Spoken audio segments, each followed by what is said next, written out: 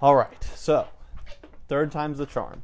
I'm gonna get in here. I'm gonna wait for Max to be able to see this. Once I see that Max is watching, then we're gonna be able to hopefully bring him in. Instead, I'm gonna do it during the stream. I'm gonna invite him instead of before. So, all right, Max. I see that you're watching. I'm going to invite you right now. Hopefully,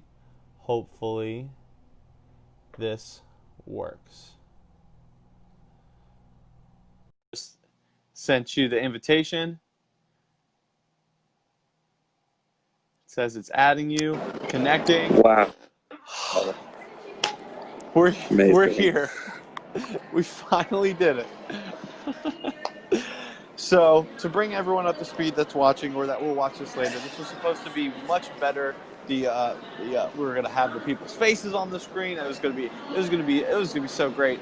But my computer failed on just so many different levels that it's not even funny. It actually is a little funny. Just a little bit, though. Just a little bit, but Not a whole lot. not a whole lot.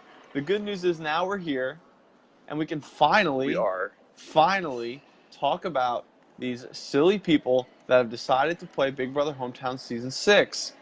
And I couldn't be more excited about it. So, yes, we are starting this season tomorrow. Tomorrow, they will all enter the house, and then Sunday, we'll kick this thing off. We have 10 brand new people playing the game, 4 people returning for a grand total of 14 people playing for the $150,000 and the title of Big Brother Hometown 6 champion, which is kind of a big deal. And some people want that more than the money, and we'll get into that as we talk about these crazy people. I had a slideshow prepared of all their faces so that, one, you could see them as we talk about them and know who we're talking about, and two, that you would be able to, or I would forget anybody. And so now I'm going to pull up a list of people, and Max, there's probably nothing you can do about this, but there's a lot of background noise. Yeah, I'm going to move because there's some sort of conference going on in the spot that I decided to be. Of course there is. So I'm going to vacate the area. Well, while Max is on the move, I'm going to pull up the list and let you know that we have heard from 12 out of the 14 players in their intro videos. The other 2, hopefully, will be coming today at some point. And we'll talk about kind of those 2 people.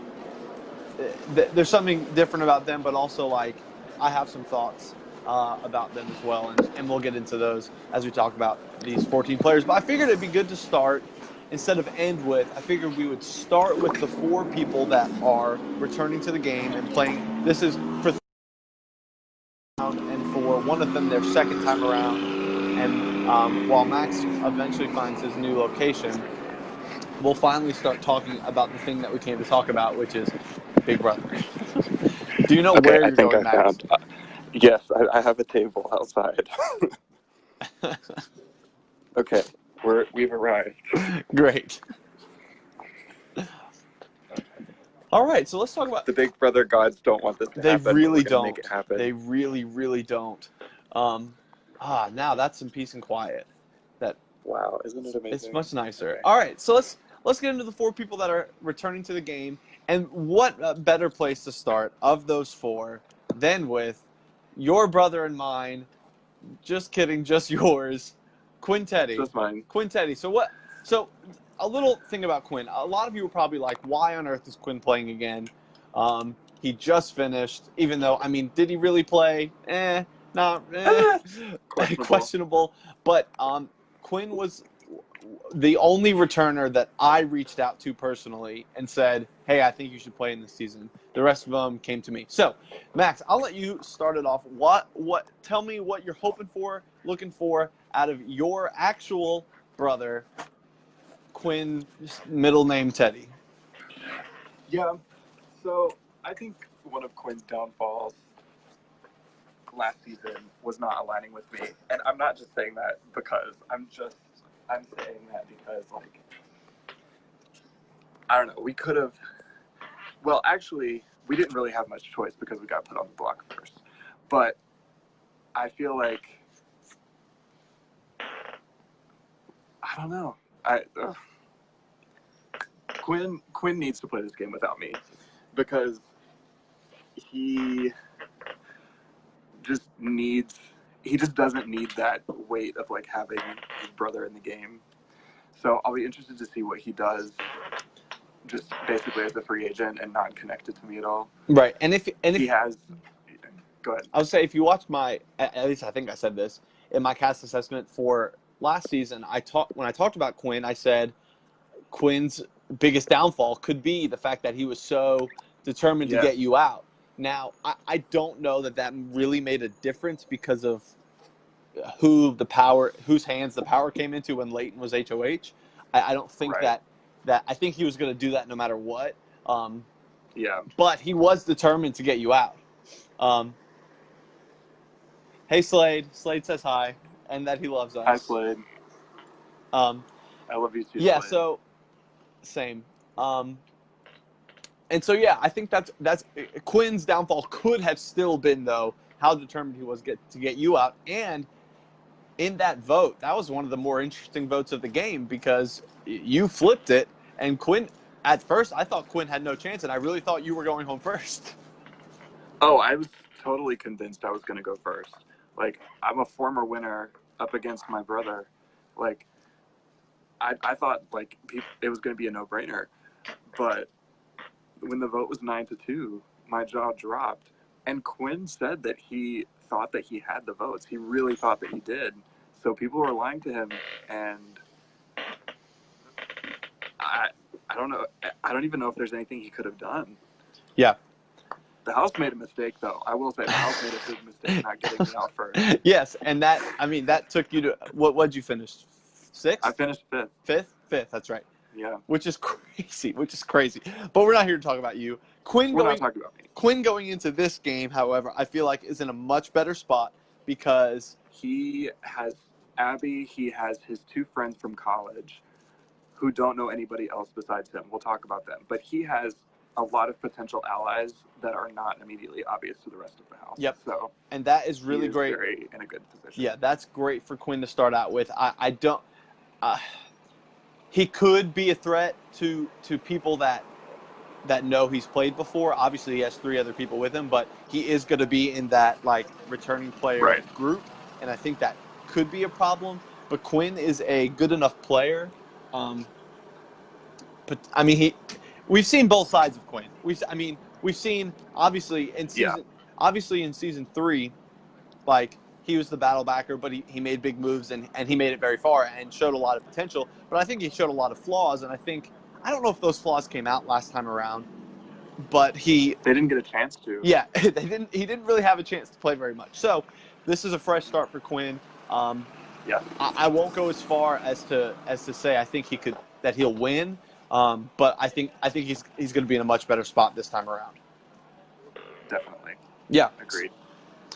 And so moving on to the next returning player who has a connection to Quinn and is also playing for the 3rd time is Abby. What do you remember of your experience of playing with Abby?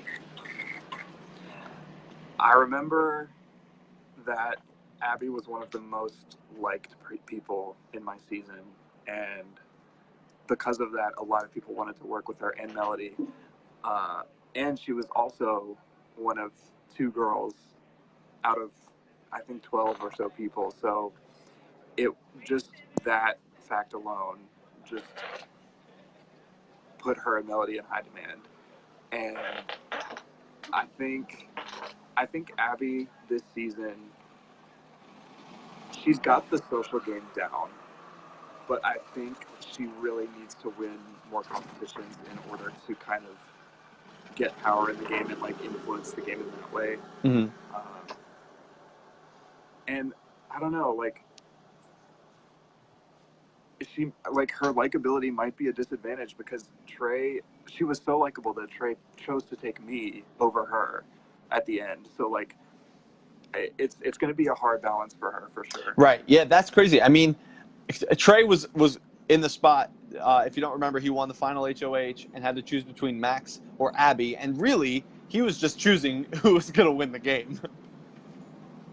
I mean, I don't know if he thought that at the time. Right. Did he? No, I don't think so. I think he thought, and I think he rightfully thought, at least I remember thinking that at the time, that he rightfully thought that you were the better option to go with than Abby. But and he still might have been right, but there's a likely 7-0 vote either way, I think. Yeah, but just the fact that like Abby was viewed as that much of a threat that he didn't take her, right, over you. I think that speaks volumes of how much of a threat she's going to be. Yeah.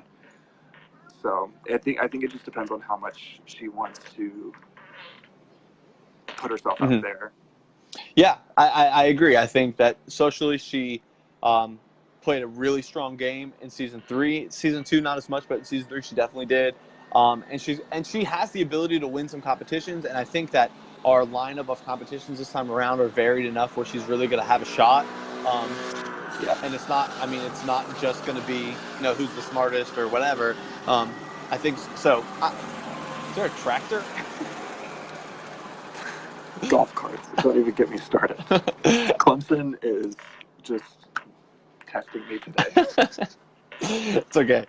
So yeah, we're gonna make it work. So yeah, I like Abby as a player. I like her as a person, and I think she has a really great shot. And she could be hidden amongst the girls. There's 5 girls this time around instead of we usually have 2 or 3, but having 5 is really nice. Yeah. And I think she has a lot of potential to do well again. I think all 4 of these returners have some potential in one way or the other. But it depends on if everybody figures out that they've played before, because I don't know how many people here have been in the viewing party and know the history of this game. Well, so if they and that's the thing I guess we haven't discussed is I'm pretty sure I'm going to announce it as such that they are returning players. Oh, okay. That's what I've done before, and I think that's probably what I'll do again. Got it. Yeah, so they'll know. But the question is whether that's going to matter, because this isn't like real television where that kind of thing matters more. But in the early goings, if power falls in the hands of one of the 10 newbies, which it very well could, they could say, well, they've played before. Let's, go after them, or let's, Oh, that's a classic first vote, yeah, like first nomination. So. And I think I'd feel more in danger. I'd feel like potentially Drew or Ryan are going to be more in danger of that than Quinn and Abby, because Quinn's going to have the people that he knows, including Abby, and Abby is so likable and so good at, at being social. And she and it's funny because in her intro video she talked about how she wanted to be more social, and I'm thinking okay, I guess so, but you'll be fine. She will, yeah. She's just naturally a funny person, and people will be drawn to that. Yep. Yeah, I think she's has a good shot. I like where she's starting off in this. Moving on to then Drew, who is also the other person playing for the 3rd time. Drew was in a really strong position in season 4, and at one point I really thought that he had the path to the win until Allie wrongfully turned on him. She has admitted this. I think anyone that can objectively look at that say that she made the wrong decision, and that just kind of that was the demise of this game. But he was in a really strong position. He had allies across the board. No one was going after them. He wasn't seen as this big threat. He had won a couple things, but nothing like he had shields in front of him. And I think that's the kind of game he has to play again, where he needs to find the bigger threats and keep them in front of him, and maybe even align with those people to give himself a shot. But he also has to stay on his toes and trust his gut, because he didn't trust his gut last time when he was he said in one of his confessionals that he's like, I can't trust Al, or I feel like I may not be able to trust Allie, but he did anyway, and that's what screwed him over. So I think if he trusts his gut, and he and trusts people but doesn't trust them too much, I think he can do well again. Yeah, he needs to keep his options open, and I think he's unassuming enough to where he's not going to be labeled as a target right away at all, even though he's played before. I think he's very subtle just as a person. He's not going to like come out like guns blazing or anything, and that's really what you have to do in order to have a shot at making jury, at least. Yeah, and I'm curious if amongst the newbies or even Quinn or whoever, if they will put Drew and Sarah, like Williamson, his sister, like, and be like, oh, his sister just played and she did really well and almost won. Maybe he's a threat. I think that might be a little bit like That might be of a stretch for people to I think really to Drew do and that, Sarah but are fairly independent of each other. but it could happen. I think Quinn would be probably the person that could push that. Maybe there's a couple others that paid attention last season, but maybe it's something to maybe keep an eye on, but we'll see. And then finally, That'll be something to look out for. Yes, and then finally of the returners, we have the one and only Cowboy Ryan Marston. Ryan is playing for his second time. I'm surprised he's playing again because I'm surprised because I wanted him in the mix for season 5, and he said no. And so I was like, okay, I guess, because he had mentioned like, oh, this is stressful. I don't know if I can do it again. And he was like first in line for season 6. So the thing is, Here he is. in season 2. Yeah, I don't know Ryan. Go ahead. Yeah. No, in season 2, he was my winner pick at the beginning, and he was my worst performing winner pick of. Sorry, it just got really loud, and then it got quiet, but it was also loud in my ears. Yeah, he was my worst performing winner pick of all of them, and it wasn't close. He was the vote.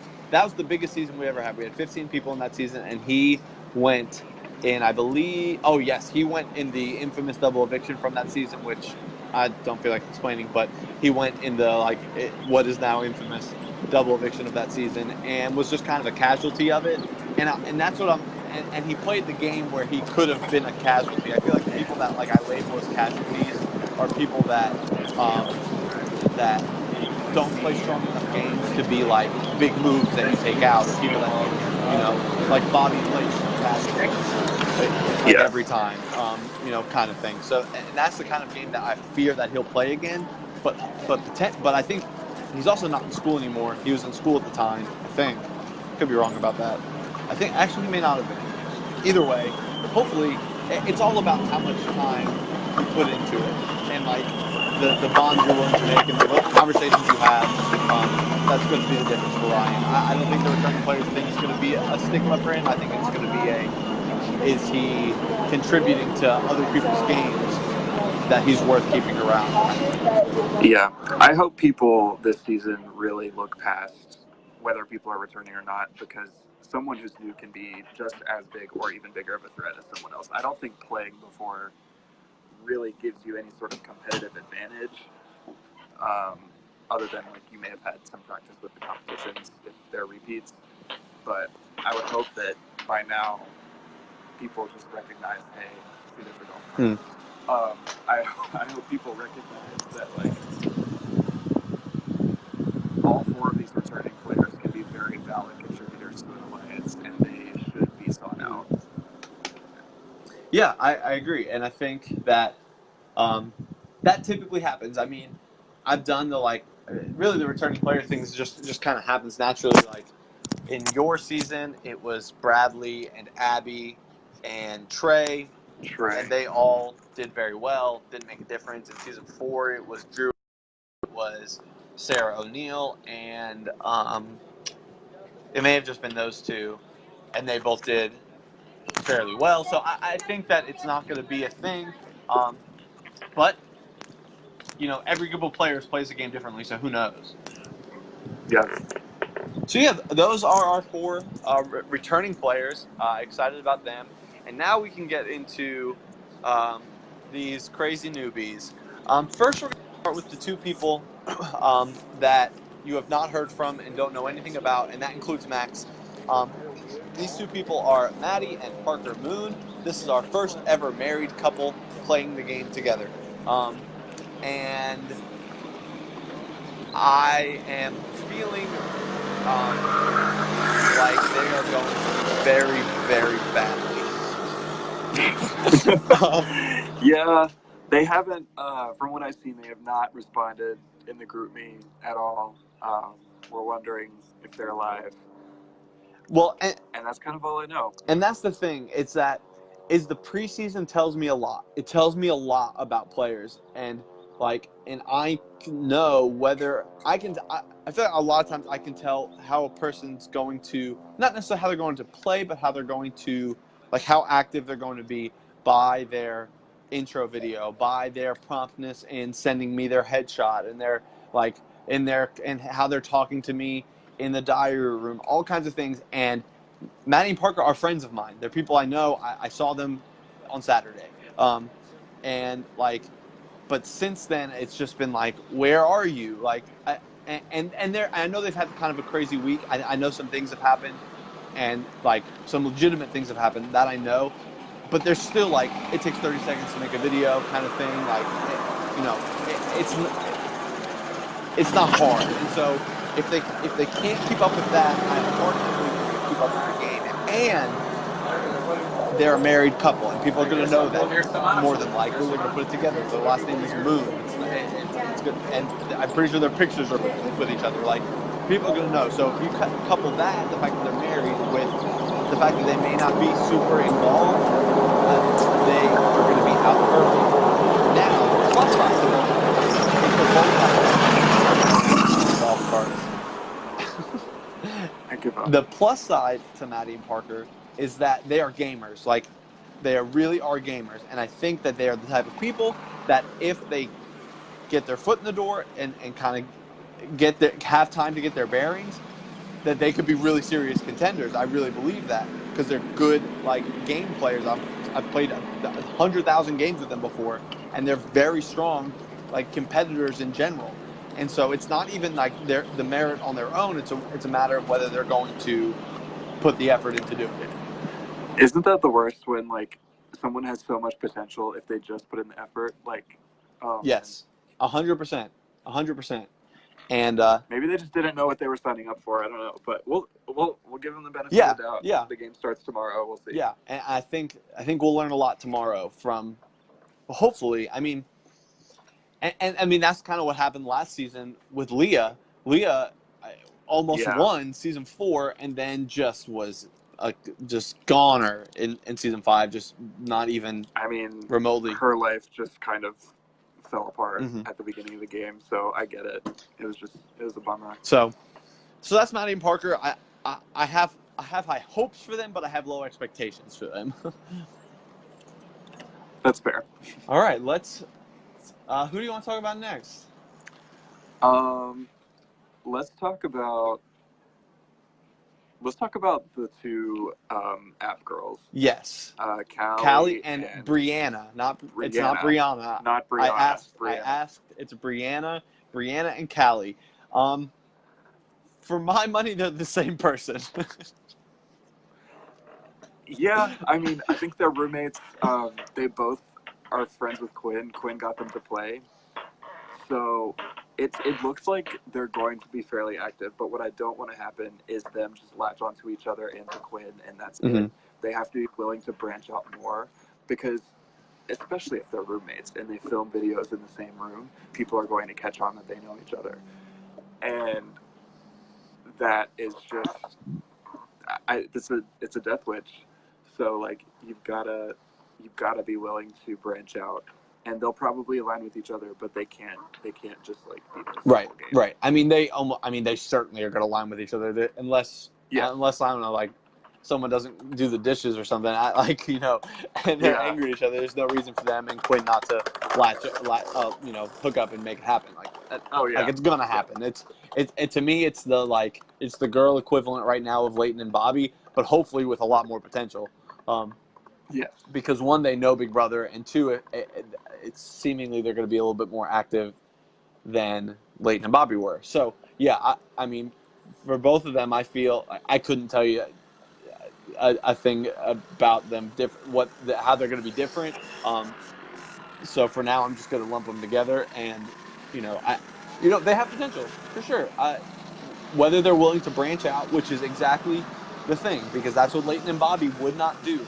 They They latched onto each other and Bradley and John. They latched onto each other and Bradley and John in both of their seasons, and and it cost them. They became casualties, and were pretty It's true. much non-contributors. That can very well happen to Callie and Brianna if they don't branch out, make those relationships across the board. Which luckily they know Big Brother, and so they know that that's important. But whether or not they'll do it or not, we will see.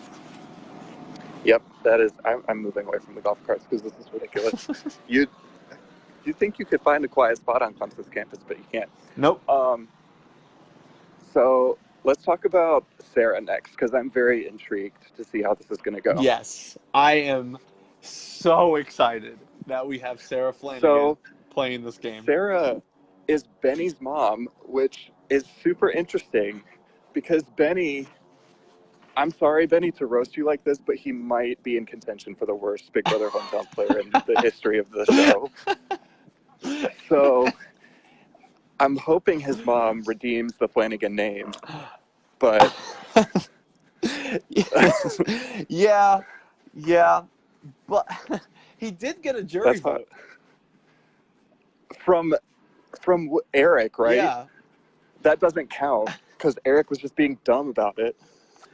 Correct, Eric. If you ever see this, so agreed. Benny was a GOAT, 1,000,000%, and he got a jury vote because Eric was just being salty. But I believe that Sarah can very well bring restoration to the Flanagan name. From really, I mean, so she's Benny's mom, and she's also Tyler DeSoto, who played in season 1's mom, and he also did terrible, but he was also just super inactive, and so it's a little bit different. Benny played the whole game and was just bad at it. And so I'm super intrigued by how Sarah's going to play. I've been trying to get her to play for a while because I knew she'd be interested because she watches Survivor, Big Brother. She's a big fan of all those things. Yeah. And so she and so is Benny. He knows those things too. But something tells me that Sarah's going to play a stronger game. I have high hopes. I do. Mm-hmm. I hope she can overcome maybe a little bit of the age barrier. Because there's a lot of college kids playing. There's a lot of people in their early 20s. So I hope that doesn't factor into whether people are going to be willing to talk to her. I think if anything, for whatever reason, in a situation like this, it could be an advantage to her. Not because of wisdom, whatever kind of thing, but ooh, I want to align with her. She's the cool mom playing this game. That very well could be it. That would be great. And that's kind of what I'm hoping. And I think that could very well happen. You kind of hope that at the beginning they're able to all kind of introduce themselves and get to know each other, and then see who everyone is, and then someone would be like, "Oh, Sarah's she's the cool mom. I want to go align with her. I want to work with her. I would never stab sweet Sarah Flanagan in the back ever." Right? Yeah. And then if Sarah's willing to, I hope she's willing to turn that back around and stab other people in the back. Oh, she could totally do that. She could totally just shock some people. Yeah, so that would be a lot of fun. That. I'm rooting for Sarah. I mean, how can you not? Yeah, so she'll definitely be someone to watch. All right, let's talk about. We've talked about all the girls. Let's talk about. We're talking about Jesse Wickham. So a couple fun facts about Jesse. The first fun fact about Jesse is that he's my brother-in-law.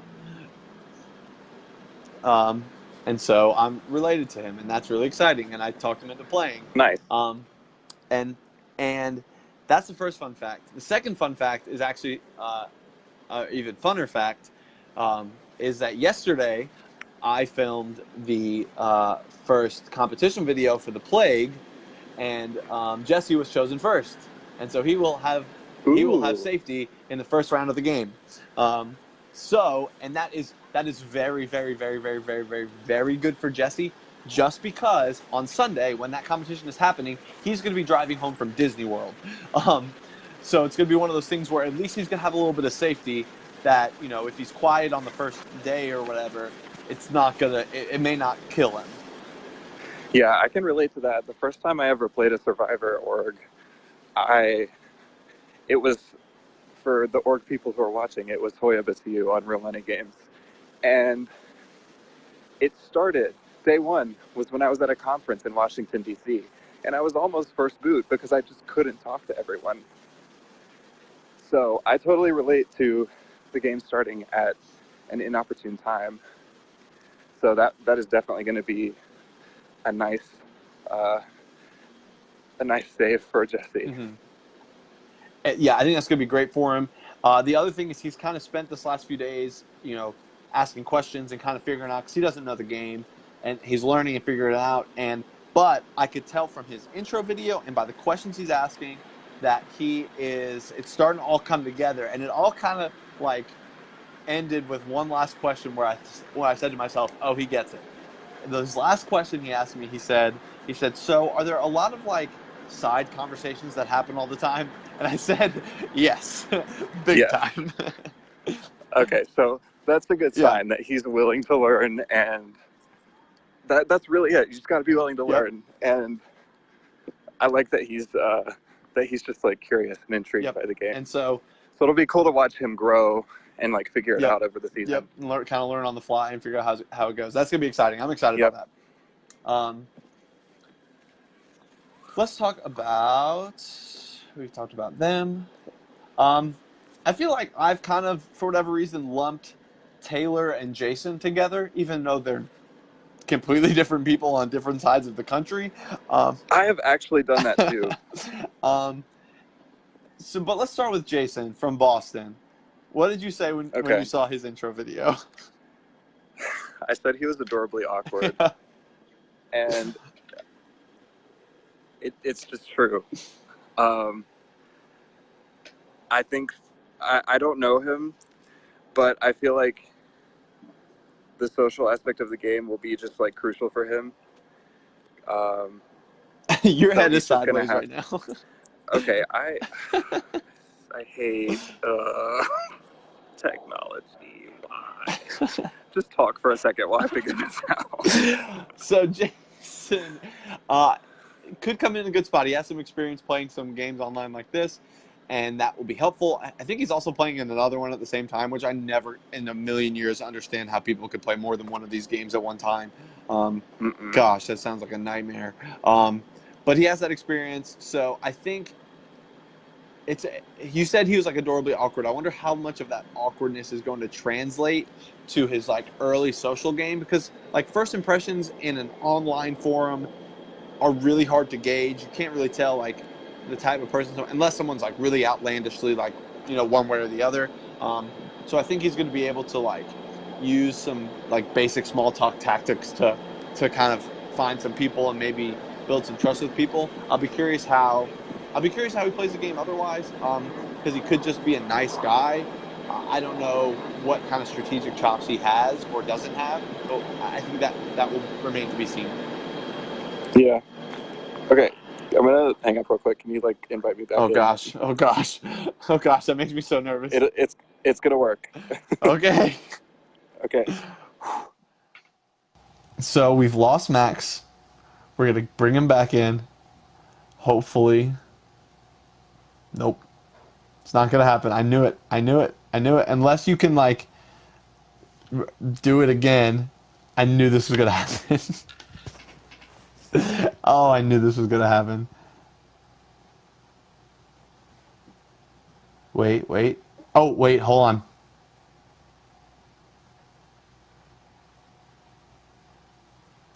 Oh, yes. Oh, I could have done this the last time. I'm in. I figured, okay, so I figured out what I did wrong like 2 times beforehand. Dang it, I could have had it right the first time. But oh well. Okay, Jason, continue. There's a freaking golf cart. Oh my god. Clemson is ridiculous.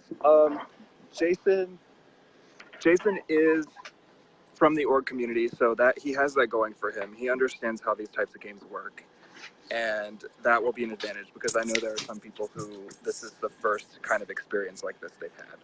So he does have that going for him. Yes. That is important. He kind of knows what to expect a little bit. He won't have that learning curve. He'll have the learning curve of, I guess, like, my game. I think that's, but that's really just in the kind of competitions and the flow of things. But I'm not super worried about that. Whether or not I think he has like winner equity, that's good. We'll see. I doubt it. But I think he could be in the mix for the jury. I hope he surprises me. I hope I'm wrong. I hope at the end of this I say, wow, Jason is, just this brilliant mastermind. Oh yeah, for sure. But he says, I'm just this family guy from Boston and I'm just having a good time. So that's kind of what I feel like it's going to remain as. Which is also pretty much exactly how I feel about Taylor. That is exactly how I feel about Taylor. He just seems like very, like, his video was just very happy. He's just like, hi guys, he's very Midwestern. His accent was perfect, Iowa accent. And I was just like, this is great. Yeah, I want to see the Taylor and Jason power duo of compassion. Take it over. Because, I think it sounds like a really, really nice guy who is just looking to have a good time. Not that he doesn't want to win by any means, but like, it's just going to be along for the ride, have a good time, make his alliances, probably stay true to those alliances, probably be very loyal. And so neither one of those guys seem like they're going to rock the boat to me. Yeah, and I think they're going to be potentially valuable numbers for people if people can, bring those in. Yes. And we'll see. But it also could be a situation where I've seen these games go both ways, where early on people are going, kind of balls to the wall, taking out big threats. It happened with you guys. You got Quinn out, you got Lee out, you got Connor out. And then you're left with like Leighton and Bobby and Kyle still in the game. Yes. And I hope that doesn't happen. I think it's more interesting when those big threats stay later in the game. But so the people like Jason and Taylor and Maddie and Parker, those could be people that could end up floating towards the end, or floating and getting brought in as numbers, or they can be like And I appreciate when players say they're contributing nothing to this game. Can we just get them out so we can all who want to be here continue to have fun? Not that those people don't want to be here. Don't get me wrong. But the idea I'm getting. Yes. Yeah. I think that's a continual battle in the org community is like, how do we feel about AFKs? Mm-hmm. Because on the one hand,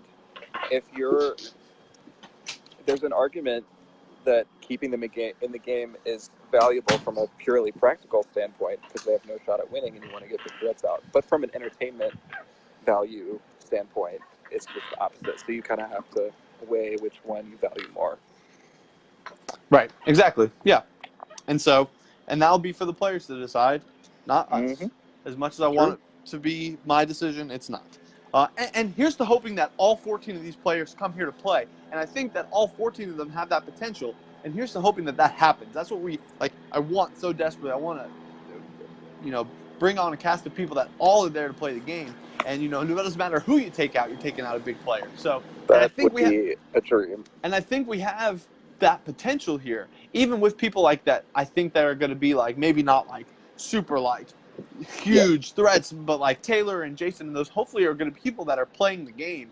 And that's all that matters. Like to me, I just want to see them playing and being a part of it and, adding something to, the entertainment value, the viewing party, all that stuff, but also just to the overall experience that these 14 people have from first boot to winner.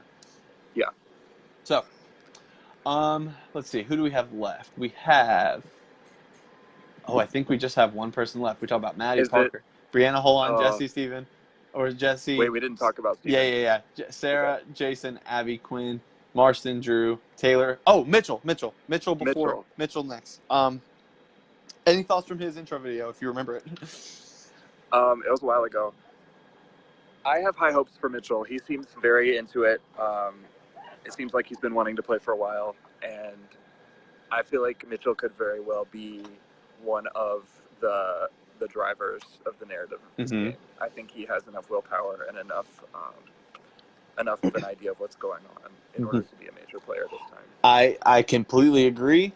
I, on the onset, really am thinking about making him my like official winner pick, so to speak. My winner pick's never won, but Josh's curse. I do have I put a curse on the game. Last season, who did I pick? Yeah, who was your pick last season? I think I said Allie. Oh no! I said Sarah. I said Sarah last season. My pick was Sarah last time around. Oh yeah, that's right. I voted for her to win. You did, and which was surprising. We can talk about it in a second. I wouldn't mind talking about that for a second. Okay. But yes, I agree. So Mitchell is a big Survivor, Big Brother, big super fan. He's a patron of Rob Has a Podcast like I am, so he pays money to listen to podcasts even more than we already do. So he's all in on stuff like that. So I think he could be a really major player in this game. He's someone that I'm considering making my winner pick. I think he has as much potential as anyone in this game to do well. I think he's going to be active. I think he's going to make alliances. I think he's going to be not afraid to make big moves. I think he's going to win competitions. I think he has everything to win this game. Yeah, I'm excited to see what he does. Me too. And he's going to be a contributor to the viewing party without a doubt. That's good. I know I struggled with that this past season, but that's always a sign that people are into it and they're doing the most.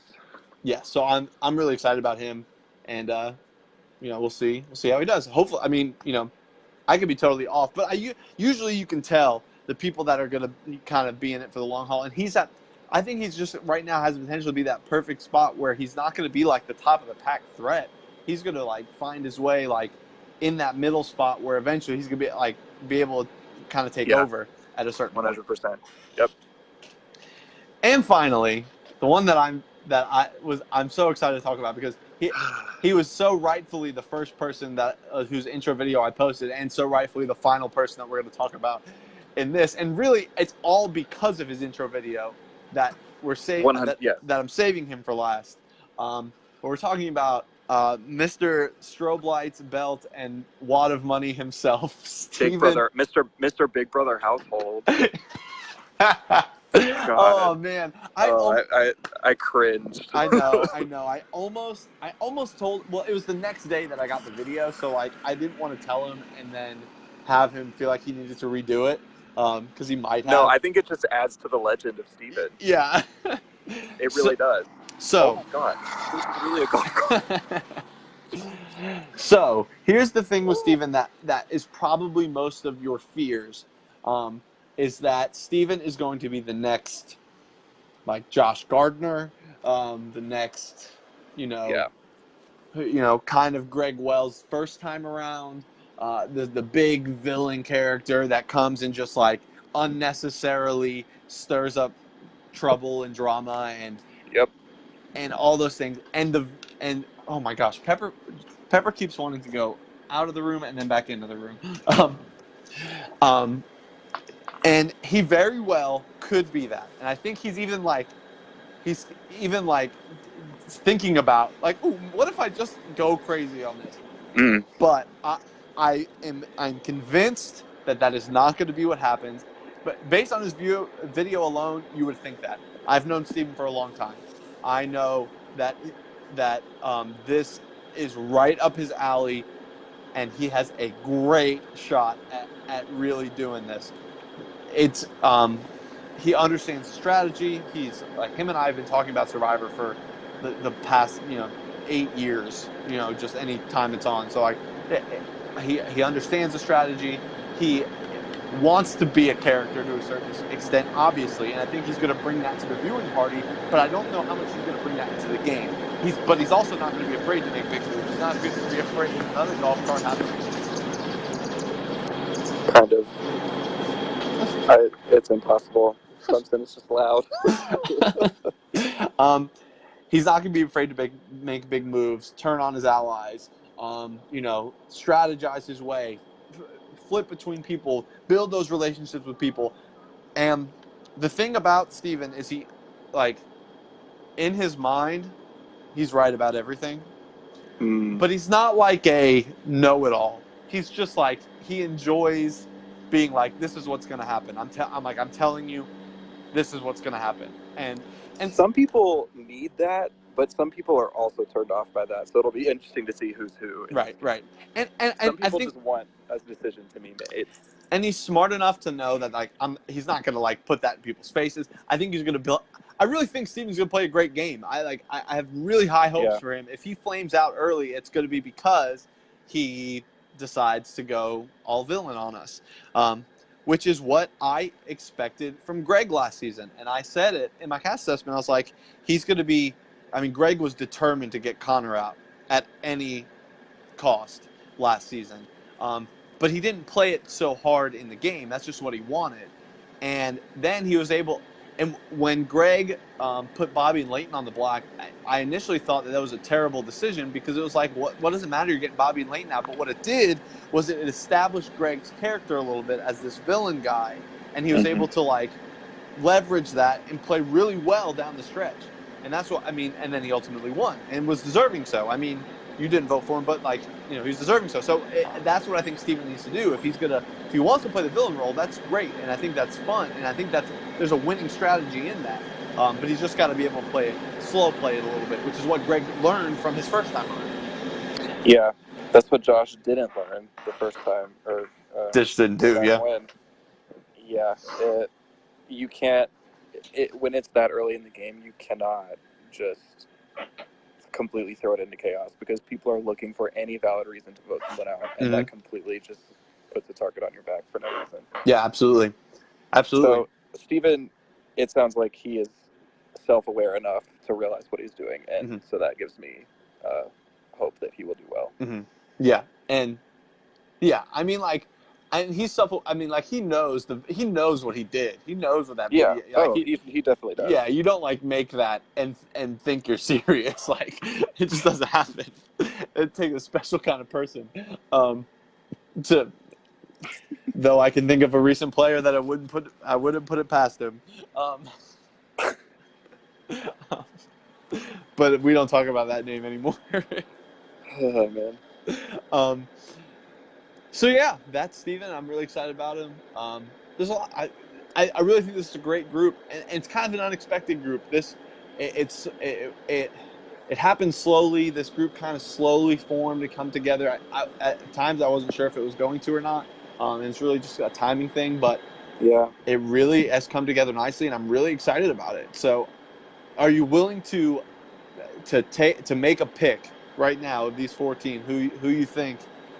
I'd be willing to like go ahead and make our picks right here, and it could be the same if we want. We should make our picks. I'm going to pick.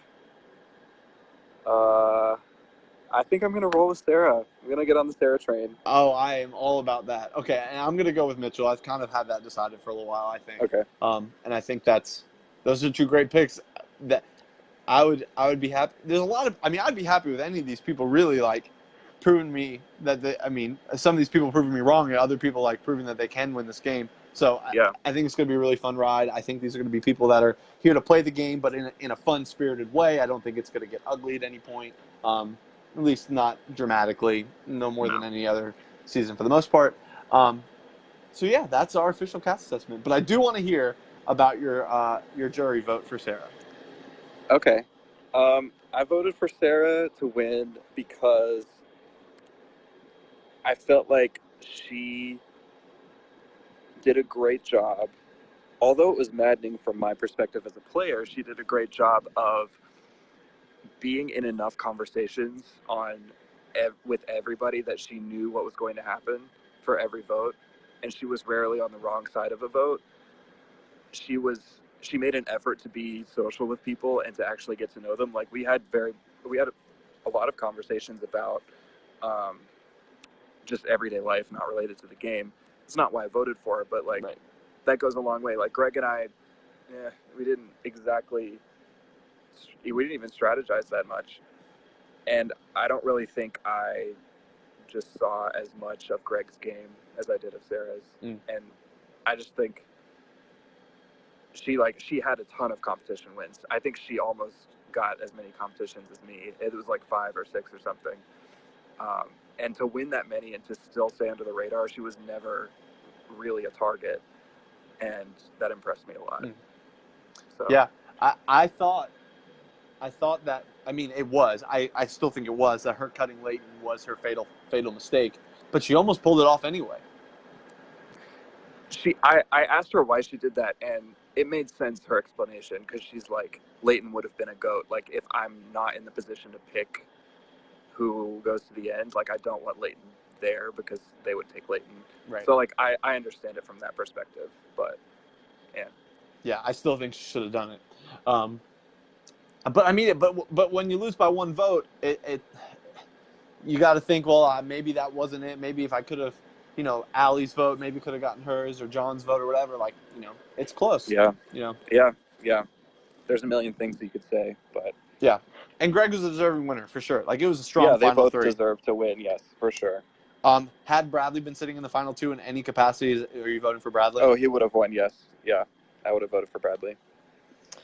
I'm still sad for him. I know he really wanted it. I know. He really wanted it.